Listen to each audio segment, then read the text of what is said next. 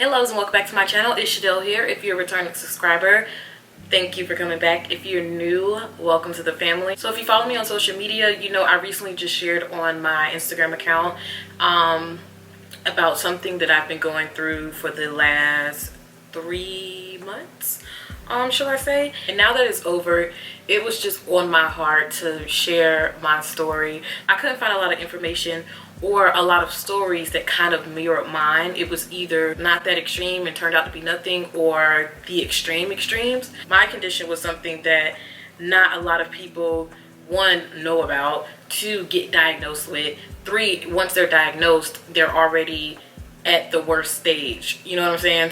So let's go ahead and begin. What I ultimately end up having was an ovarian dermoid cyst, and in my case, you know, of course, after the surgery and everything, mine came back positive as cancerous. So let's back up to June. So in June, I finally made a decision to switch over my primary care and go to someone completely new, just to see what was going on, because my primary care at the time, I had been going to her constantly, and we finally just hit a brick wall where it was just kind of me in her office. Like, we were literally staring at each other, and she's like, well, I don't know what's wrong. And I'm like, well, I don't know either. And she just didn't have a solution. She didn't recommend me to anything. And she was, the only thing she basically said was like, you can, you know, if you keep having the problem, just come back and I'll just prescribe XYZ until whatever's wrong. It didn't sit well with me, because my thing is, if you don't know something, I know how I think. If I don't know something, then I want to go to someone or ask someone that does know. For her to say that, I would have thought like maybe she would have been like, okay, let me refer you out to XYZ, but she didn't. And you know, bless her heart, when it came to just things, I just felt like she brushed off a lot of things. And so I finally made a decision to switch over to my primary care and actually go to see someone that was inside like an OB-GYN facility. I switched over, went to the doctor, told him the issues that I was having, and what really made me go back to the doctor, that really pressed, you know, it started pressing the issue, is because at this point my cycle had completely changed. I am someone that normally has short and light periods. I never had an issue with heavy bleeding. My periods usually last at the most like literally 3 days. In high school, when I was like more physically active and into sports and stuff, I didn't have issues with cramps or anything. You know, as I got older, when I started experiencing cramps, I was like, okay, like maybe it's because I'm not as active as I once was, and especially when I stopped going to the gym consistently. In June, I was literally at the point where my period had now went from being 3 days to like 5 or 7, and I was bleeding like heavily. I was going through pads and tampons like it was nothing. And there would be times that I would literally wear a pad and a tampon to bed because I have white sheets, and I would go directly through them. That started to be an issue for me, because I'm like, why am I like, I'm like, you know, to me I was like, that, you know, this is not normal. And at first I was thinking like, okay, maybe I'm getting older, my body's changing, you know, maybe this, you know, cycles change. But then I was also starting experiencing like extreme cramps, and nothing had really changed in anything I was eating or doing or anything. So I had did like my own little research on Google to try to figure out what was going on. And initially I thought like, oh, you know, some of the symptoms outside of like my period and stuff like match PCOS, polycystic ovary syndrome, which I end up having that in my left ovary. I also, at the time, I was noticing hair loss. So like my hair was falling out. It's falling out, and it was weird because it'll fall out and then it'll grow back. At one point I literally had a bald spot about the size of maybe a little over a quarter on the left side, of like where it was just completely clean, like just completely bald, like the hair had just fell completely out. Went to the doctor, described all my symptoms, everything to him, and immediately he was all like, alrighty, so it seems like there's 3 possibilities. Your concerns show me signs of either ovarian cancer, 2, a dermoid cyst, which is a cystic tumor, or 3, a simple cyst. While ovarian cancer usually occurs in older women, he let me know that it was rare for ovarian cancer to happen it, you know, to someone my age, which I'm 25.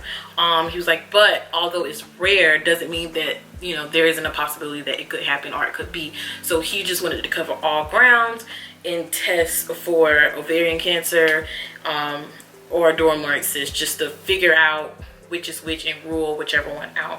One, I had to have an ultrasound, and then I also had to have blood work done. So one of the tests that I had to do was a CA 125 blood test, which is a test that measures the level, I guess, of protein, if I'm not mistaken, in your blood. When I went in for my transvaginal ultrasound, she showed me my left ovary, which she confirmed that I definitely had PCOS. My right side, it was like this big, like, circle, this big, that it came up. She did something that kind of, like, you know, made the screen go to different colors that kind of, I guess, colors that they know that indicate XYZ. So she was like, this is showing her on my right ovary that there is a mass there. I had 2 to 3 different colors. So one color indicated fluid, which she was all like, which is most likely blood. But the other half, she was like, that's what they was concerned with, because that meant that something was there other than fluid. After I did my ultrasound and blood work, when my doctor got the ultrasound, you know, readings and stuff back, he was confident that it was, you know, it was a tumor. So basically, a dermoid cyst of the ovary is a bizarre tumor which is usually benign in the ovary that typically contains a diversity of tissues including hair, teeth, bone, thyroid, etc. It develops from a type of germ cell that is retained within the egg sac ovary, and that can give rise to all orders of cells necessary to form mature tissues and often recognizable structures such as hair, bone, and oily neural tissue and teeth, etc., etc. We still couldn't rule out the ovarian cancer, you know, cancer of the ovary, just yet. You can't officially confirm it until you do a biopsy, which is removing tissue from the body and actually testing it. My blood test came back, my CA 125 blood test, and my levels was elevated beyond what was normal. So to him, that was, you know, that also indicated that something was wrong, even though sometimes it can be elevated for reasons outside of cancer. End up having to get an MRI done so they could see exactly how big it was. On the ultrasound, the mass came up that it had a diameter of like 7 centimeters, which is equivalent to about, what, a little over an inch or maybe 2 inches. So I had to have an MRI done so they could see exactly how big it was. Also, by the way, because my previous provider didn't run any tests, didn't do any ultrasounds or anything, they didn't know how long it had been there. So one, they wanted to confirm the size, and 2, see it, because I think my MRI was maybe about 2 weeks after. Typically dermoid cysts grow slowly over a long period of time, which is why you have to have them surgically removed, because they're not going to go away on its own. They're only going to get bigger. The MRI showed that it was, it had a 9.5 diameter, so basically about the size of a softball. He let me know that the only way to get rid of it was to have it surgically removed. I ended up having a laparoscopic procedure. I ended up having the surgery in September. Before you do a procedure, you have to have a pre-doctor's visit to meet with the doctor. And so the risks that were associated with it, 1, they didn't know how long it had been there, and 2, because of the size, that there was a 99% chance that I already had ovarian torsion, i.e., which is why I was having, you know, cramps and pelvic pains and stuff like that. That's basically when something like a mass or a cyst or something is on your ovary and it's growing, causing the ovaries to twist, and then it is cutting off your blood circulation, the blood flow to the ovary. So he let me know that it was a high chance that that may have occurred, and while the goal was to save the ovary, there was a strong possibility that the ovaries were going to have to come out. You know, I had to sign a waiver and everything saying that I gave them permission they could perform the next procedure they would have to do to remove the ovary. So they let me know that your hormones are completely out of whack between the PCOS and the dermoid cyst. Your hormones are just crazy. Dealing with that between June and September was just one of the most physically and mentally draining things that has ever happened. I just remember it seemed like, you know, looking back, it was like, oh my gosh, this is not moving fast enough. And I used to like vent my frustration to my mom and my friends. Like, I just feel like they're not taking this seriously, and they're saying that it's cancer, or it may be cancer, or you know, it may be this, and I don't feel like they're moving fast enough. But when something bad is happening or something bad is going on, it just seems like time is just moving extremely slow. Like I said, mentally and physically, it just like really took a toll on me. Some days I didn't even really know how I felt. I would try to keep busy so I wouldn't even have to think about it. Of course, I would get home, and once I got into bed, of course I couldn't help but going to Google and Googling things. Even everyone was telling me to stay off Google. I was seeing good, you know, success stories where it turned out and it was nothing, but I was seeing a lot more like kind of, you know, bad stories to where it ended up, you know, stage 3 cancer, or, you know, stage 2 full-blown cancer, and, you know, the ovaries, you know, everything having to be removed and not being able to have kids. Granted, I don't want kids right now, but I do want kids in the future. You know, my parents are just telling me, like, you know, right now that's kind of not the priority. The priority is your health and making sure that you're okay, that you're gonna be okay. Of course, when you're like in that space, that's not something you want to hear. I was just all over the place. Some days I would just be good, like, it's all right, Shadell, get through it, you're gonna have this surgery, everything's gonna be okay. They're gonna get in there and nothing is gonna be wrong at all. It's gonna be all a mistake. And then some days I'm just all like, I end up having my procedure. So it was an outpatient procedure. I came out of surgery, which, as you can see, that I'm fine. The doctor let my parents know that the tumor was actually bigger than what the MRI had picked up. The doctor said that actually, you know, of course, besides the, you know, the PCOS that I had in the left ovary, my ovaries look healthy. They were fine. There was absolutely no damage done to my ovary, which he was surprised. Like, he was even surprised that there was no damage, thanks to God.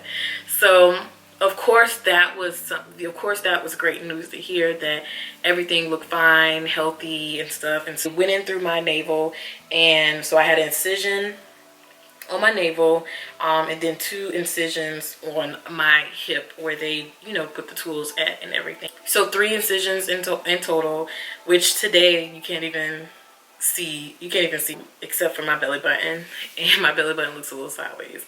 And then when they were done, so my belly button and stuff closed back up. So afterwards they had to do a biopsy of, one, the cyst that they removed, and they also removed tissues, other tissues, to test as well.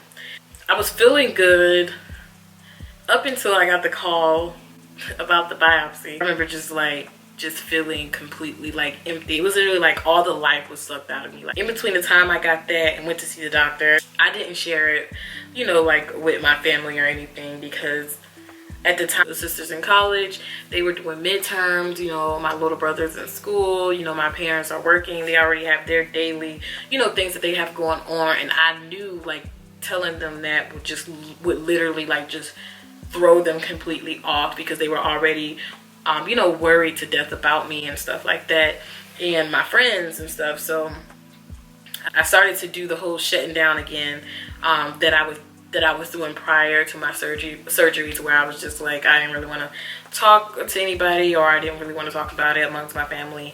And to my friends that I had shared it with, they let me know they had tested, you know, some of the stuff that they found that was contained within the sac. So within mine, there was like hair, oil glands, ether particles, and like a node or something came back like as positive for cancer.